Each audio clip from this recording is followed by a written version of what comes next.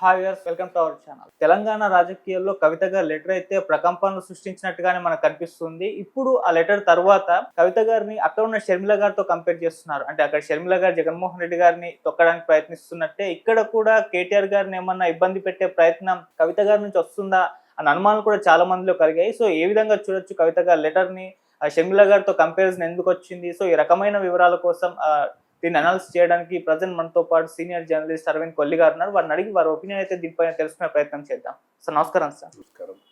Sir 2 రోజుల నుంచి కూడా చూస్తున్నాం కవిత గారి లెటర్. మొదట అది తను రాయలేదు అన్నట్టుగానే ప్రొజెక్ట్ అయింది, కానీ తనే ఒప్పేసుకుంది నేనే రాశాను అని చెప్పేసి.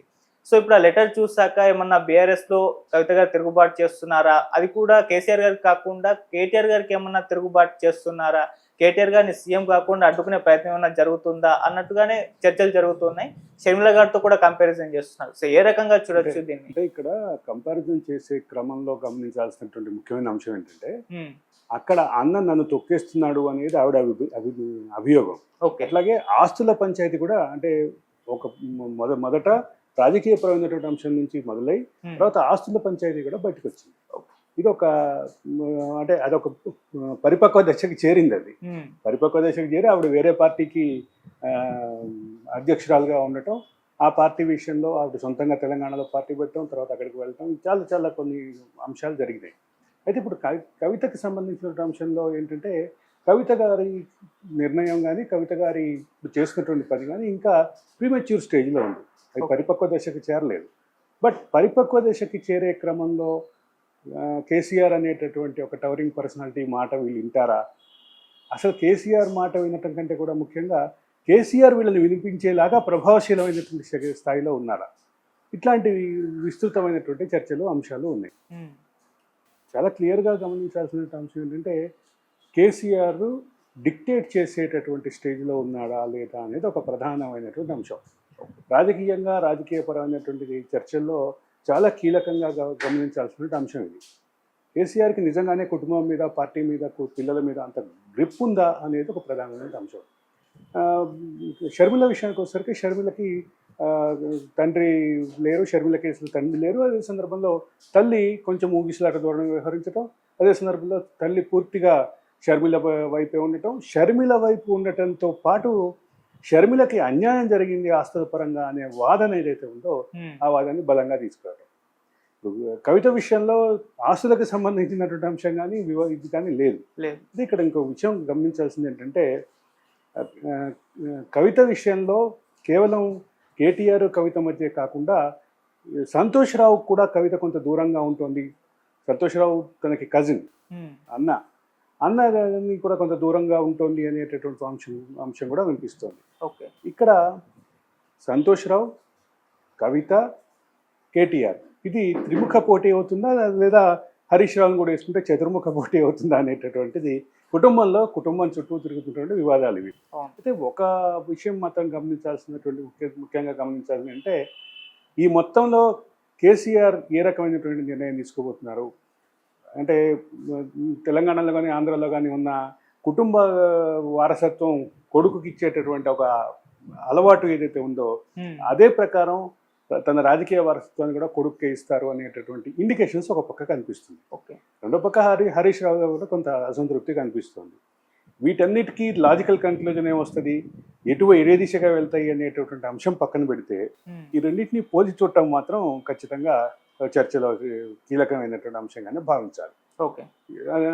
అంటే మరొక ప్రస్తావనకి సంబంధించినటువంటి అంశం ప్రస్తావించాల్సిన అంశం ఏంటంటే ఆంధ్రప్రదేశ్ రాజకీయాల్లో తెలుగుదేశం పార్టీకి తర్వాతి తరం వారసుడుగా కేవలం లోకేష్ ఉంటారా అనే చర్చ కొంతకాలం క్రితం మొదలైంది.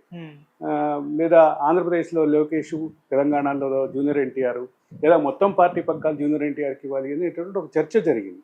ఆ చర్చకి ఆల్రెడీ రాజకీయపరమైనటువంటి పరిష్కారం చేసినట్టుగానే కనిపిస్తోంది తెలుగుదేశం. తెలుగుదేశం మొదట్లో లోకేష్ లాంచింగ్లో కొంత ఇబ్బంది అయినప్పటికీ తర్వాత క్రమంలో లోకేష్ని పర్ఫెక్ట్గా లాంచ్ చేసినట్టుగానే భావించాలి. ఇది ఒక పక్కన ఉంటే ఇక్కడ 3 కుటుంబాలకి సంబంధించిన అంశంలో తెలుగుదేశం ఆ రకమైనటువంటి అంటే ఆ పరిపక్వ దశలో పూర్తి స్థాయి లేనిది, వైఎస్ ఫ్యామిలీకి సంబంధించినటువంటి అంశంలో పొలిటికల్ హెరిడిటరీని క్లెయిమ్ చేసేటటువంటి అంశంలో జగనే పూర్తి స్థాయిలో నిలబడినటువంటి పరిస్థితి కనిపిస్తుంది.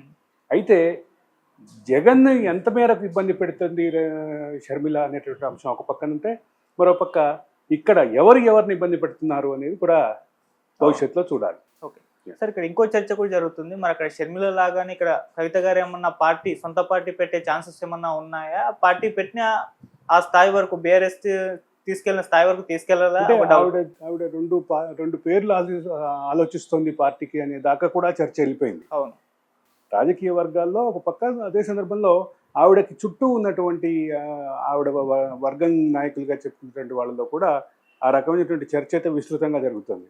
పార్టీ పేరు తెలంగాణ జాగృతిని పెట్టాలని ఒక పక్కన, లేదా తెలంగాణ బహుజన సమితి పెట్టాలి అనేటువంటి ఒక పేరు. ఈ రెండు పేర్ల మధ్య చర్చ కూడా జరుగుతుంది. జరుగుతున్న క్రమంలో ఈ పూర్తిగా మెచ్యూర్ అయితే ఈ పరిపక్వ దశకు వస్తే తప్ప ఈ విషయాలు పూర్తి క్లారిటీ వచ్చే అవకాశం అయితే లేదు. సార్ ఇంకోటి కూడా కేసీఆర్ గారు దేవుడే, కాకపోతే ఆయన పక్కకు దయ్యాలు ఉన్నాయని చెప్పి కూడా మరి అది ముఖ్యమైన అంశం. కేటీఆర్ గారిని ఉద్దేశించి చేసిందా అని కూడా చర్చలు జరుగుతుంది. ముఖ్యమైన అంశం. కేసీఆర్ దేవుడు, ఆయన చుట్టూ దయ్యాలు ఉన్నాయి, ఆయన చుట్టూ కోవర్టులు ఉన్నారు అనేది ప్రధానంగా ప్రశ్న.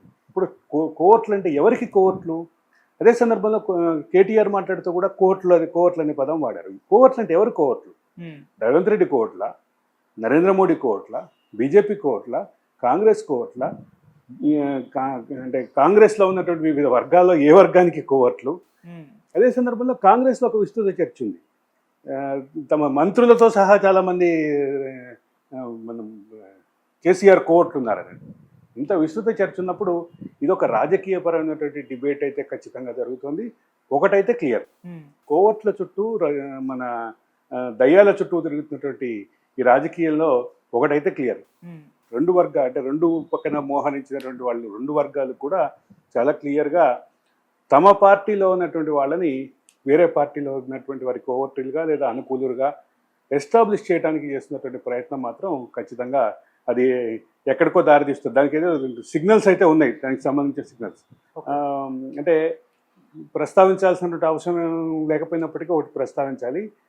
తమ పార్టీలో తమ నాయకుడి చుట్టూ ఇతర పార్టీల కోవర్టులు ఉన్నారు అనేటటువంటి మాట మాత్రం ఖచ్చితంగా ఆ పార్టీకి నెగటివ్ ఇంపాక్ట్ చూపించే అవకాశం అయితే రాజకీయాల్లో ఉంటుంది. సార్ ఇంత చర్చ జరుగుతున్నా, ఇంత రాద్ధాంతం క్రియేట్ అయినా కూడా కేసీఆర్ గారు మాత్రం మౌనంగానే ఉన్నారు. ఆయన ఎక్కడ కూడా ఒక మాట మాట్లాడే ప్రయత్నం చేయలేదు. కేటీఆర్ గారు ఏదో మాట్లాడే ప్రయత్నం చేసినా అంటే తోసిపుచ్చేసినట్టుగా కనిపించింది. ఎందుకు అంటే ఇక్కడ ప్రధానంగా గమనించాల్సింది ఏంటంటే ఏ పార్టీలో ఉన్నటువంటి ఏ నాయకుడు ఈ అంశంపై మాట్లాడటానికి సిద్ధంగా లేరు. ఓకే, కవిత చేసినటువంటి ఆరోపణలకు కానీ